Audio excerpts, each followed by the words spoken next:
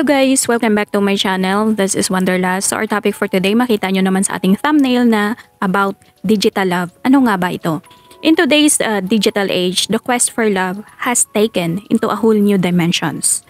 Gone are the days na uso pa yung ligawan, uso pa yung pupunta ka sa bahay ng nagugustuhan mo, doon ka akyat ligaw, uso pa yung blind date, uso pa yung magre-regalo ka, ang dami pang chocolates, ang dami pang flowers na ibigay mo bago mo siya mapasagot. Pero in this present generation, ibang-iba na. Yung tipong ka-chat mo pa lang siya, hindi mo pa siya nakikita personal, nagkainlaban na kayo.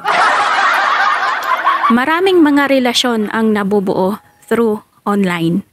Yung tipong puro na lang ilusyon, puro na lang parang imagination, nabubuo sa imagination. So yan ang ating pag-uusapan ngayon.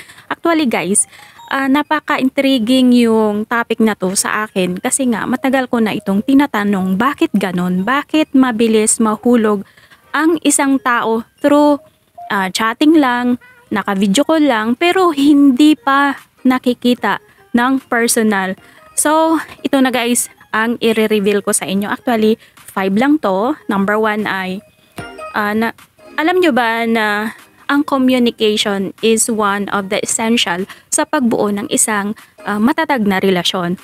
So, dahil araw-araw kayong magkausap, habang tumatagal, nade-develop, nagkakaroon kayo ng emotional connection kahit na hindi pa kayo nagkikita. Kasi nga sa araw-araw na pag-uusap nyo, di ba yung iba nga halos 24 hours nag-uusap, meron ng chat, meron ng text, meron pang tawag, meron pang video call, kung ano-ano na lang. So sa araw-araw na ginawa ng Panginoon na kayo'y magkausap, kayo'y magkaharap, right at the comfort, at your own comfort, kung saan ka man, nasaan doon yung isa sa Saudi, andun yung isa sa Pilipinas, pero walang barrier ang inyong communication. So sino ba naman ang hindi made-develop sa ganyan na sitwasyon? O diba? So nagkakaroon kayo ng emotional connection. That's why marami talaga ang nabubuo ng mga relasyon just out of chatting lang, texting lang, tawagan lang, kahit na hindi pa nagkikita ng personal. Another one is, you can freely express your emotion without any inhibitions. Ibig sabihin na malaya kang maiparamdam mo kung ano yung nararamdaman mo, pwede mo ring itago ang tunay nararamdaman mo. Diba? Pwede kang mag-send ng mga emojis, ang dami dyan. So, mamili ka lang.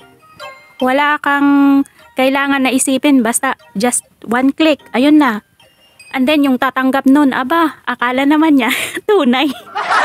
So you can freely express your emotions without any reservation, without any inhibitions na baka ganito, baka ganyan. So just one click, ayan.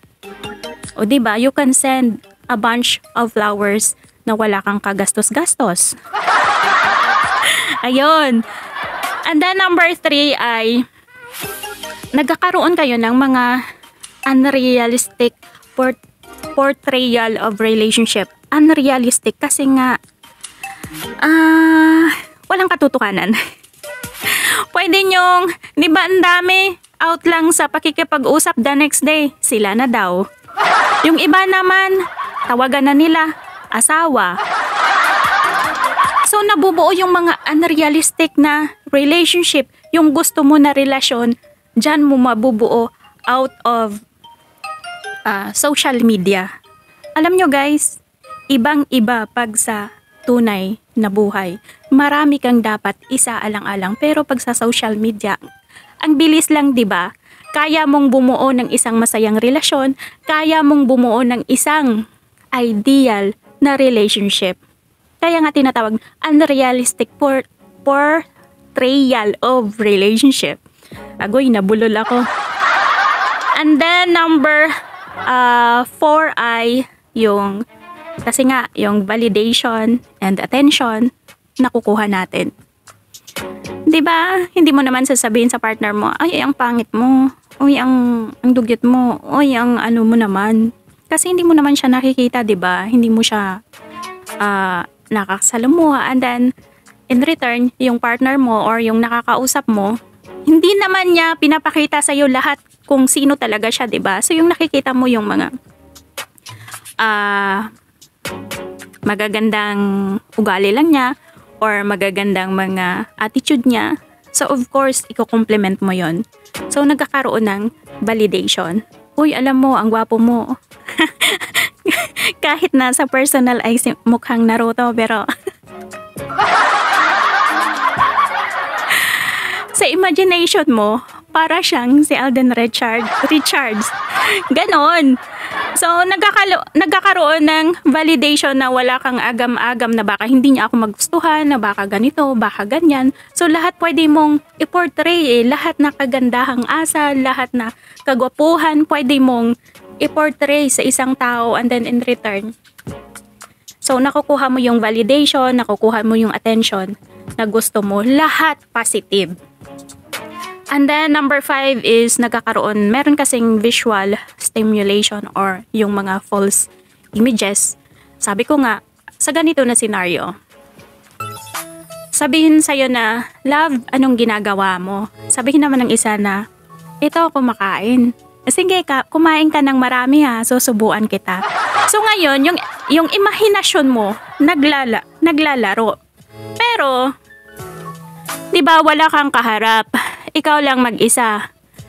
So, kaya mong gawin ang isang image ayon sa kagustuhan mo na wherein magbibigay sa'yo ng pleasure, magbibigay sa'yo ng magandang feelings, ng positive na feelings, wherein na yung nagchat-chat sa'yo, andun din pala sa ibang kandungan at ibang pinapakain.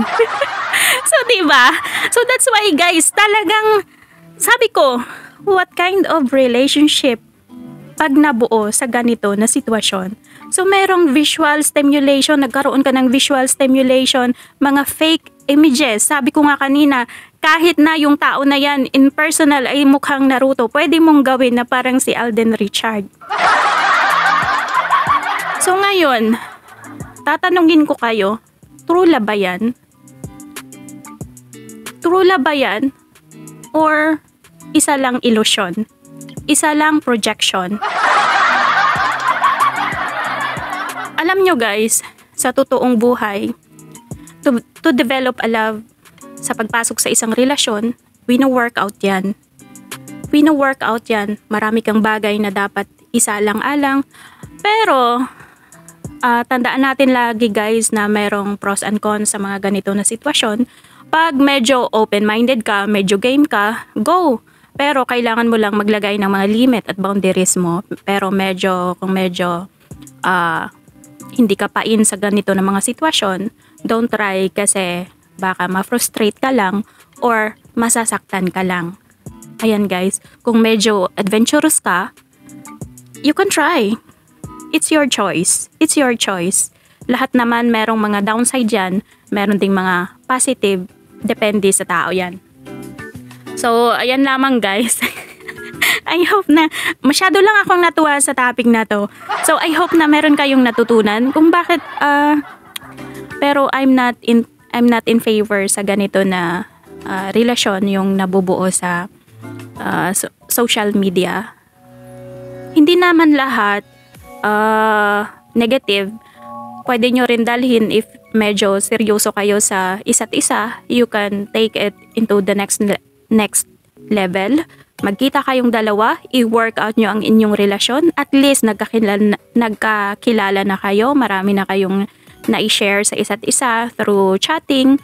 So, kailangan nyong magkita personal kung swak ba ang inyong values, swak ba ang inyong mga paniniwala sa buhay, swak ba yung mga karakter nyo sa isa't isa, yung ganon para mag-work ang isang relasyon. Ayan. So, yan ang katotohanan sa likod ng digital love. Kaya nauso din yung mga digital scam these days. Ayan guys. So, maraming salamat sa inyong lahat. I hope na meron kayong mga natutunan. sa ating topic ngayon. Thank you so much guys. Sa mga hindi pa nakasubscribe dyan, kindly hit subscribe. Isama nyo na rin ang bell button para you are keep updated and notified sa next nating mga videos. And God bless everyone and be a blessing to others.